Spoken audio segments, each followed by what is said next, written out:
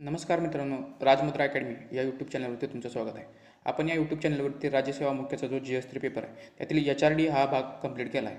तर आपण HR हा जो GS3 मधील दुसरा भाग आहे त्याची लेक्चर सिरीज सुरू केली आहे.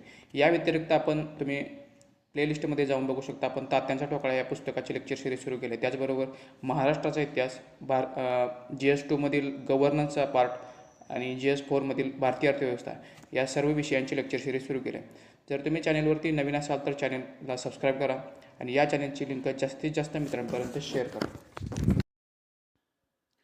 आपण GS3 पेपरमधील HR जो भाग आहे त्यातील पहिला चॅप्टर म्हणजेच जागतिक मानवी हक्क प्रतिज्ञापत्र म्हणजेच universal declaration of human rights हा टॉपिक अभ्यासत आहोत.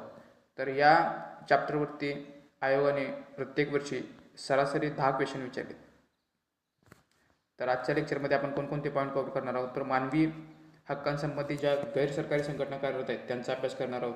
त्याचबरोबर आपण मानवी विकास निर्देशांक म्हणजे ह्युमॅन डेव्हलपमेंट इंडेक्स, त्यानंतर inequality adjusted human development index म्हणजे असमानता समन्वयोजित मानव विकास निर्देशांक, त्यानंतर लैंगिक विकास निर्देशांक, लैंगिक असमानता निर्देशांक, बहुआयामी दारिद्र्य निर्देशांक, त्याचबरोबर राष्ट्रीय मानवी विकास निर्देशांक, महाराष्ट्र मानवी विकास अहवाल 2012 सालचा, या सर्वांचा अभ्यास आजच्या लेक्चरमध्ये करणार आहोत. त्याचबरोबर युनायटेड नेशनची महत्त्वाची डिक्लेरेशन्स, युनायटेड नेशननं कोणकोणती महत्त्वाची इयर्स साजरे केली, त्यानंतर युनायटेड नेशननं कोणकोणते दशकं साजरे केली आणि महत्त्वाच्या तारखा म्हणजे इंटरनॅशनल डेज युनायटेड नेशननं कोणते साजरे करतात याचा अभ्यास आजच्या लेक्चरमध्ये करणार आहोत. तर पहिला तर NGOचा अभ्यास करूया. गैरसरकारी संघटना. पहिली संघटना आहे आंतरराष्ट्रीय मानवी हक्क आयोग म्हणजेच इंटरनॅशनल ह्युमन राईट्स काउन्सिल. याची स्थापना कधी झाली तर 24 डिसेंबर 2003ला या संस्थेची स्थापना झाली. इंटरनॅशनल ह्युमन राईट काउन्सिल ही एक बिगर शासकीय संस्था आहे. ही non governmental non profitable international organisation आहे. जी युनायटेड नेशनची ह्युमन राईट काउन्सिल आहे HRC, united nations human right काउन्सिलची स्थापना कधी झाली होती तर 1946ला. त्याच्यामध्ये बदल करून 2006 साली ह्युमन राईट काउन्सिल ही नवीन संघटना स्थापन झाली. ही युनायटेड नेशनची एजन्सी आहे, परंतु जी आंतरराष्ट्रीय मानवी हक्क आयोग आहे इंटरनॅशनल ह्युमन राईट काउन्सिल ही एक नवीन संस्था असून ही नॉन प्रॉफिटेबल इंटरनॅशनल ऑर्गनायझेशन आहे आणि ही गैरशासकीय किंवा बिगर शासकीय संस्था नॉन गव्हर्नमेंटल ऑर्गनायझेशन म्हणजेच NGO आहे. याची स्थापना 24 डिसेंबर 2003ला झाली होती. यामध्ये संयुक्त राष्ट्राचा सदस्य देश हा IHRCचा सदस्य असतो.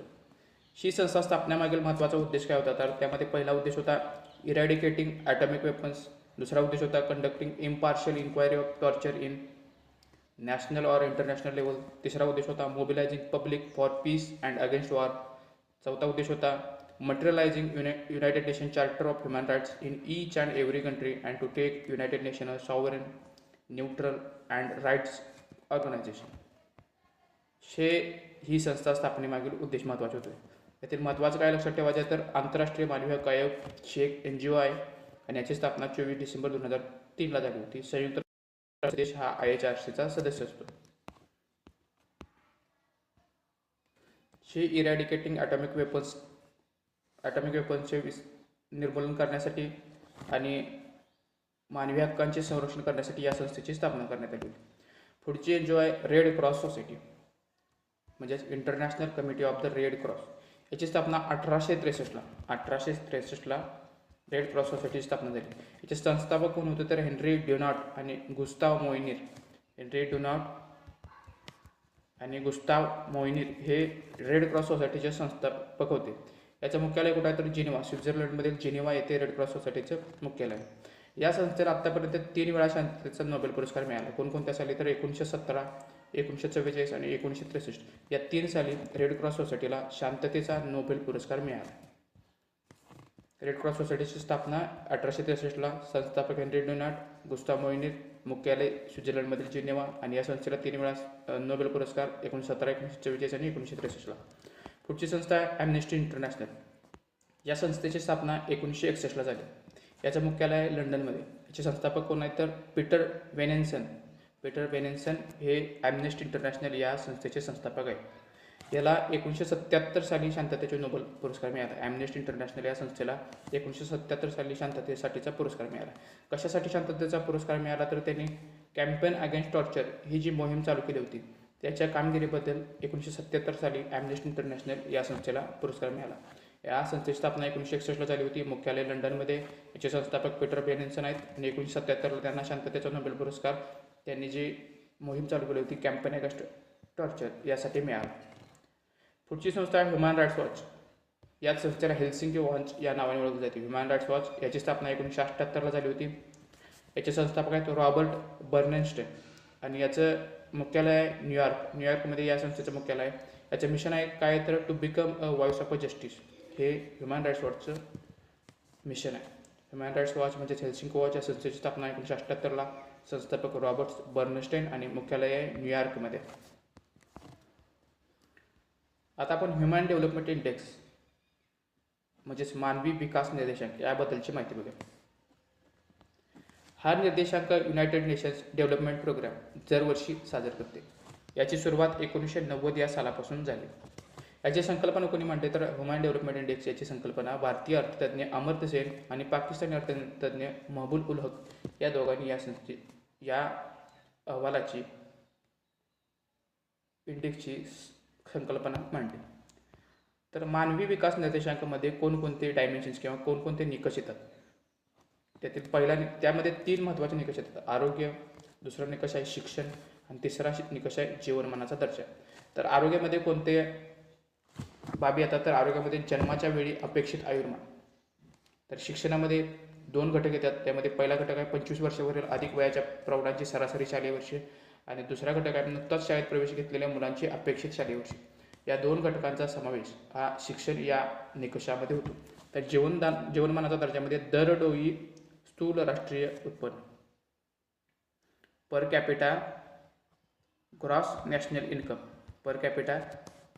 इन्कमचा समावेश हा जीवनमानाचा दर्जा या निकषामध्ये होतो. मानवी विकास निर्देशांकाचे 3 निकष महत्त्वाचे होते. पहिला आरोग्य, दुसरा शिक्षण, तिसरा जीवनमानाचा दर्जा. त्यातील आरोग्यामध्ये जन्माच्या वेळी अपेक्षित आयुर्मान, शिक्षणामध्ये 2 घटक. त्यातील पहिला घटक 25 वर्षावरील अधिक वयाच्या प्रौढांची सरासरी शालेय वर्षे, दुसरा घटक नुकताच शाळेत प्रवेश घेतलेल्या मुलांची अपेक्षित शालेय वर्षे आणि तिसरा निकष आहे जीवनमानाचा दर्जा. यामध्ये महत्त्वाचा घटक कोणता तर दरडोई स्थूल राष्ट्रीय उत्पन्न म्हणजेच पर कॅपिटा ग्रॉस नॅशनल इन्कमचा समावेश हा ह्युमन डेव्हलपमेंट इंडेक्स मेजर करताना या 3 निकषांचा संदर्भ घेतला जातो. तर HDI म्हणजे ह्युमन डेव्हलपमेंट सर्वाधिक असणारे देश कोणकोणते आहेत तर यामध्ये नॉर्वे पहिल्या क्रमांकावर असून 2 नंबरला स्वित्झर्लंड आहे, 3 नंबरला आयर्लंड आहे आणि 4 नंबरला जर्मनी. 1 नंबरला Norway, 2 number Switzerland, 3 number Ireland, 4 number Germany. तर HDI सर्वात कमी असणारा देश सर्वात कमी कोणाचा तर नायजरचा आहे. शेवटून 2 नंबरला आफ्रिकन रिपब्लिक देश आहे. तर शेवटून 3 नंबरला चाड हा देश आहे. सर्वात शेवटी नायजर, शेवटून 2 नंबरला सेंट्रल आफ्रिकन रिपब्लिक आणि 3 नंबरला शेवटून चाड हा देश आहे. तर भारताचा आत्तापर्यंतचा निर्देशांक कोणत्या साली किती राहिला किंवा कितवा क्रमांक भारताने पटकावला तर भारताने 2015 साली 188 देशांमध्ये 130वा क्रमांक पटकावला. 2016 साली 131वा, 2017 साली 130वा. तर 2018ला म्हणजे 2019ला जो अहवाल प्रकाशित झाला त्यानुसार 2018 साली भारताचा क्रमांक हा ह्युमन डेव्हलपमेंट इंडेक्समध्ये 129वा होता. 189 देशांमध्ये 129 नंबरला भारत हा होता. तर भारताने किती गुण प्राप्त केले तर 0.647 इतके अंक भारताने 2019मध्ये जो अहवाल प्रकाशित झाला त्यानुसार 2018 साली भारताचा ह्युमन डेव्हलपमेंट इंडेक्स 0.647 असून क्रमांक 189 देशांमध्ये 129वा प्राप्त केला आहे. 2017 साली 0.640 होता तर 2018 साली 0.647 यामध्ये वाढ झालेली आहे आणि एका अंकाची सुधारणा भारताने ह्युमन डेव्हलपमेंट इंडेक्समध्ये केलेली आहे. तर भारताची निर्देशांकानुसार विभागणी कशी केली जाते तर अपेक्षित आयुर्मान किती आहे तर 69.45 वर्षे इतकं अपेक्षित आयुर्मान आहे. तर महिला 70.7 वर्षे जगू शकतात तर पुरुष 68.2 वर्षे. अपेक्षित शालेय वर्षे किती सांगितले तर 12.3 वर्षे अपेक्षित शालेय वर्षे. तर सरासरी शालेय वर्ष 6.4 वर्षे सांगितले. या निर्देशकानुसार भारताचा gross national per capita income किती आहे तर $6,773 इतका भारताचा पर कॅपिटा इन्कम आहे. 1990 ते 2017 या दरम्यान भारताचा निर्देशांक म्हणजेच HDI हा .427 वरून .647 इतका झाला.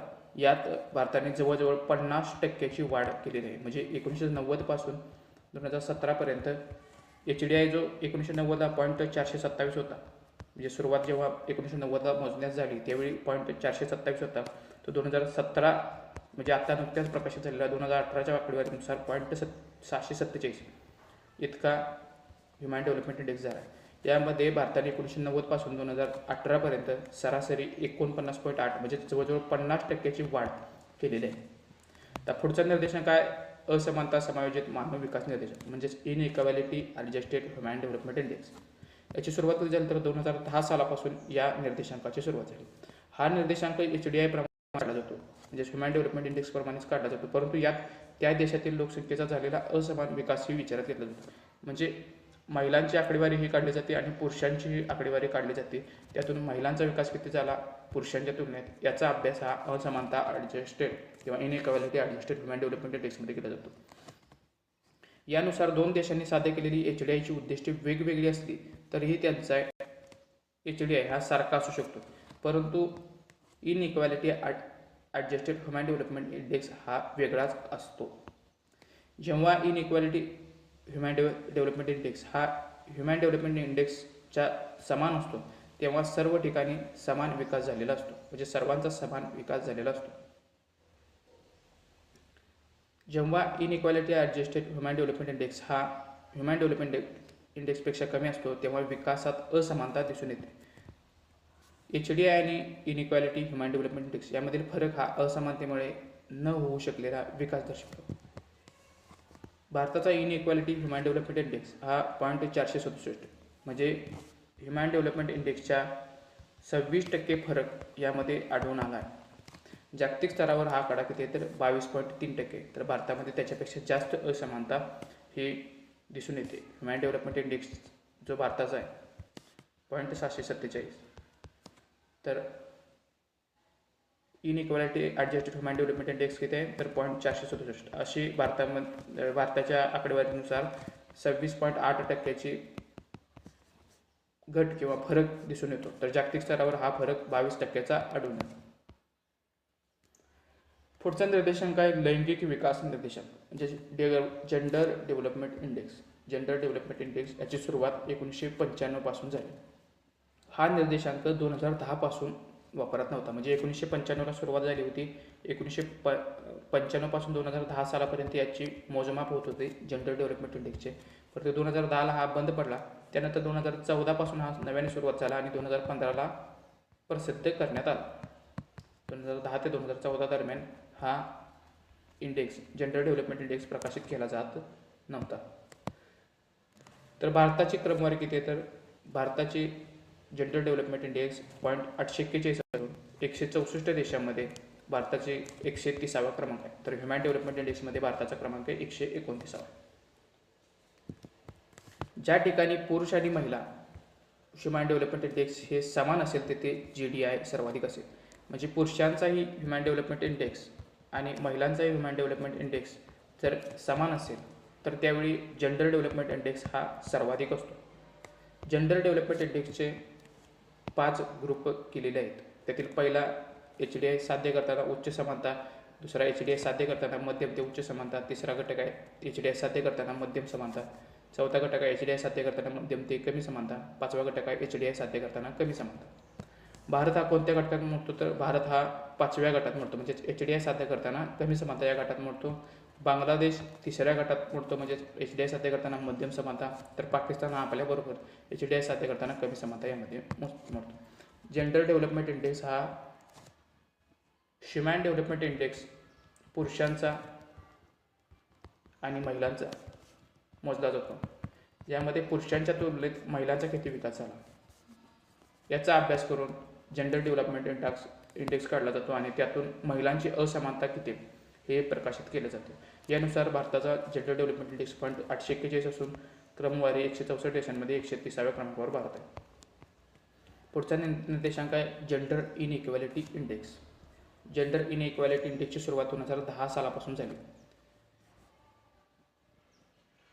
हे हा निर्देशांक कोणाच्या जागी सुरू झाला तर लैंगिक विकास निर्देशांक म्हणजे जेंडर डेव्हलपमेंट इंडेक्स आणि लैंगिक सबलीकरण परिणाम म्हणजे जेंडर एम्पॉवरमेंट मेजर्स यांच्या जागी हा इंडेक्स 2010 सालापासून सुरू करण्यात आला. यामध्ये भारताचा क्रमांक 127 आहे. म्हणजे नुकत्याच प्रसिद्ध झालेल्या जेंडर इनइक्वॅलिटी इंडेक्सनुसार भारताचा क्रमांक हा 160 देशांमध्ये 127व्या क्रमांकावर भारत आहे. तर निर्देशांक अंक किती प्राप्त केले तर 524 इतके अंक जेंडर इनइक्वॅलिटी इंडेक्समध्ये भारताने प्राप्त केले. तर जेंडर इनइक्वॅलिटी मोजताना कोणकोणते निर्देशक वापरले जातात तर पहिला 3 महत्त्वाचे निर्देशक वापरले जातात. यामध्ये पहिला निर्देशक आहे जनन आरोग्य म्हणजेच रिप्रोडक्टिव्ह हेल्थ, दुसरा घटक आहे सबलीकरण म्हणजेच एम्पॉवरमेंट, तिसरा घटक आहे श्रम बाजारातील सहभाग. तर यामध्ये जनन आरोग्यामध्ये कोणते महत्त्वाचे घटक आहेत तर माता मृत्यू दर आणि दुसरा घटक आहे किशोरवयीन जन्यता. तर भारताने माता मृत्यू दर किती प्राप्त केला तर 174. तर किशोरवयीन जन्यता किती आहे तर 23.1. सबलीकरणमध्ये कोणकोणते घटक येतात तर संसदीय प्रतिनिधित्व. यामध्ये भारताचं संसदीय प्रतिनिधित्व आत्ताच्या 2019च्या निवडणुकीनंतर 16% इतकं झाले. तर माध्यमिक व उच्च माध्यमिक शिक्षणाचा ग्रॉस एनरोलमेंट रेशो किती आहे तर 39%. आणि या सबलीकरणामध्ये एकूण ग्रॉस एनरोलमेंट रेशो 39% असला तर भारतातील पुरुषांची स्थिती किती आहे तर महिलांचा 39% असला तर पुरुषांचा ग्रॉस एनरोलमेंट रेशो 63.5% इतका आहे. तिसरा महत्त्वाचा निर्देशक आहे श्रम बाजारातील सहभाग. यामध्ये महिलांचा सहभाग किती आहे तर 27.2% इतका महिलांचा श्रम बाजारातील सहभाग आहे. जेंडर इनइक्वॅलिटी इंडेक्स मोजण्याचे महत्त्वाचे घटक कोणते आहेत तर पहिला घटक आहे जनन आरोग्य, यामध्ये माता मृत्यू दर आणि दुसरा किशोरवयीन जन्यता, दुसरा निर्देशक आहे सबलीकरण, यामध्ये संसदीय प्रतिनिधित्व आणि दुसरा माध्यमिक व उच्च शिक्षण, आणि तिसरा महत्त्वाचा निर्देशक आहे श्रम बाजारातील सहभाग. यामध्ये श्रम बाजारातील सहभागामध्ये 15 वर्षावरील महिलांचा समावेश केला जातो. जेंडर इनइक्वॅलिटी इंडेक्सची सुरुवात 2010 सालापासून झाली. हा निर्देशांक जेंडर डेव्हलपमेंट इंडेक्स आणि लिंग सबलीकरण परिणाम म्हणजेच जेंडर एम्पॉवरमेंट मेजर्स या 2 अहवालांच्या जागी सुरू झाला. भारताचा क्रमांक 127 आहे. 166 देशांमध्ये जेंडर इनइक्वॅलिटी इंडेक्स मोजण्याचे निर्देशांक कोणते तर पहिला जनन आरोग्य, दुसरा सबलीकरण, तिसरा श्रम बाजारातील सहभाग. जनन आरोग्यामध्ये माता मृत्यू दर आणि किशोरवयीन जन्यता, सबलीकरणामध्ये संसदीय प्रतिनिधित्व आणि माध्यमिक व उच्च शिक्षण, तर श्रम बाजारामध्ये 15 वर्षावरील महिलांचा सहभाग यांचा समावेश या निर्देशांकामध्ये केला जातो. पुढचा निर्देशांक आहे बहुआयामी दारिद्र्य निर्देशांक म्हणजे मल्टी डायमेन्शनल पॉवर्टी इंडेक्स.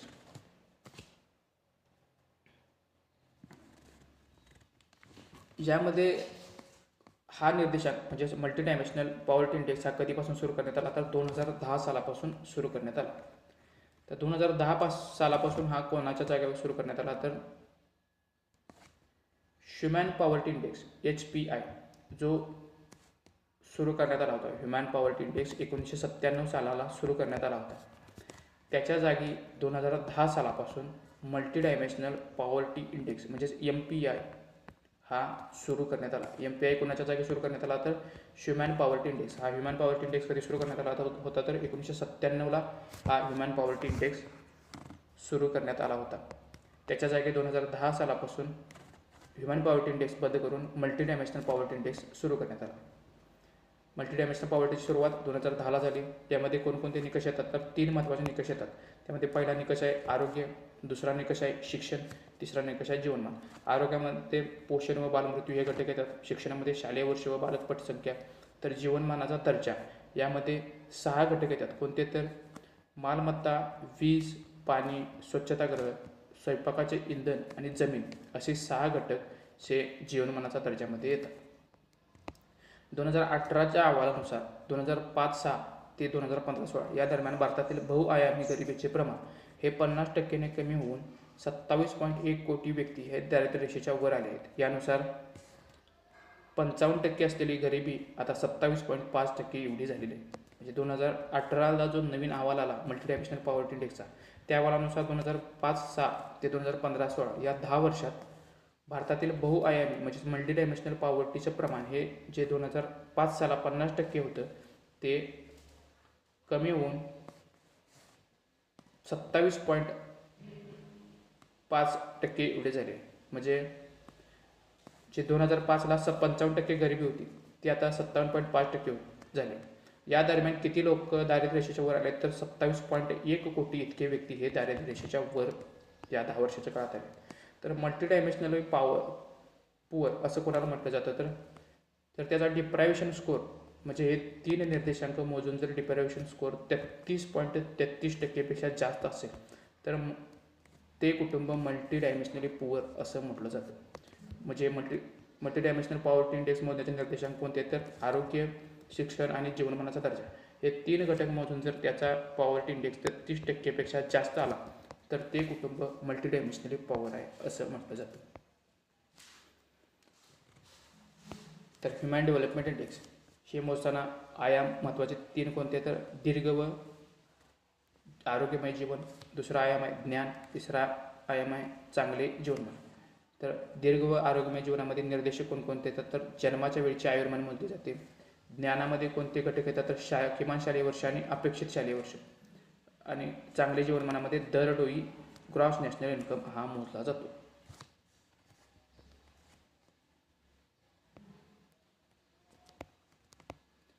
दुसरा इंडेक्स आहे inequality adjusted human development index. ज्यामध्ये इनइक्वॅलिटी ॲडजस्टेड ह्युमन डेव्हलपमेंट इंडेक्समध्ये आणि ह्युमन डेव्हलपमेंट इंडेक्समधील निर्देशांक आणि आयाम हे समान आहेत, परंतु याची मोजणी ही महिलांसाठी वेगळी आणि पुरुषांसाठी वेगळी केली जाते. तर आयामामध्ये जीवनमानाचा दर्जा मोजण्यासाठी दीर्घ व आरोग्यमय जीवन, यामध्ये जन्माच्या वेळचे आयुर्मान मोजले जाते. ज्ञान मोजताना शालेय वर्ष किती प्राप्त केले त्यामध्ये किमान शालेय वर्ष आणि अपेक्षित शालेय वर्ष किती आहेत याचा अभ्यास केला जातो.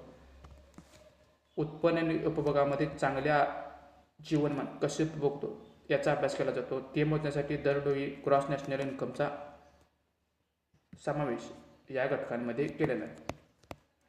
पुढचा घटक आहे gender development index. Gender development index हा महिलांसाठी वेगळा आणि पुरुषांसाठी वेगळा मोजला जातो. यामधील घटक हे ह्युमन डेव्हलपमेंट इंडेक्सच्या सारखेच आढळून येतात. यामध्ये महिलांसाठीचा जेंडर डेव्हलपमेंट इंडेक्स मोजताना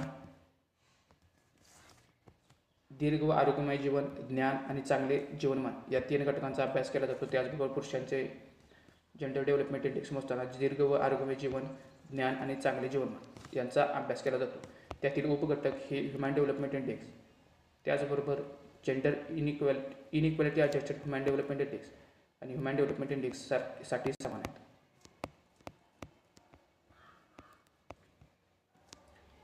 gender inequality index GII. Gender inequality index मोजताना 3 महत्त्वाचे आयाम आहेत. त्यातील आरोग्य, दुसरा आयाम आहे सबलीकरण आणि तिसरा आयाम आहे श्रम बाजार. तर आरोग्यामध्ये कोणते निर्देश येतात तर माता मृत्यूदर आणि किशोरवयीन जन्मदर. सबलीकरणामध्ये कोणते येतात तर किमान माध्यमिक शिक्षण घेतलेली स्त्री पुरुष लोकसंख्या. तर दुसरा सबलीकरणामध्ये घटक येतो संसदीय जागांमध्ये स्त्री व पुरुषांचा हिस्सा. तर श्रम बाजारामध्ये स्त्री व पुरुष श्रमशक्ती सहभाग दर यामध्ये 15 वर्षावरील महिलांचा समावेश हा जेंडर इनइक्वॅलिटी इंडेक्समध्ये केला जातो. तर मल्टी डायमेन्शनली पॉवर्टी इंडेक्स मोजताना 3 महत्त्वाचे आयाम होते तर आरोग्य, शिक्षण आणि जीवनमान दर्जा. आरोग्यामध्ये 2 निर्देशक पोषण आणि बालमृत्यूता. शिक्षणामध्ये शालेय वर्ष आणि बालक पटसंख्या यांचा समावेश होतो. तर जीवनमानामध्ये 6 घटक येतात. त्यामध्ये स्वयंपाकाचे इंधन, स्वच्छतागृह, पाणी, वीज, जमीन आणि मालमत्ता या 6 घटकांचा समावेश जीवनमानाचा दर्जा या मल्टी डायमेन्शनल पॉवर्टीमधील आयामामध्ये. जर तुम्ही चॅनलवर नवीन असाल तर चॅनलला सबस्क्राईब करा. व्हिडिओ आवडला असेल तर व्हिडिओ लाईक करा आणि या चॅनलची लिंक जास्तीत जास्त मित्रांपर्यंत शेअर करा. या प्रत्येक लेक्चरची PDF ही आपल्या टेलिग्राम चॅनलवरती म्हणजेच राजमुद्रा अकॅडमी या टेलिग्राम चॅनलवरती तुम्ही मिळवू शकता. धन्यवाद.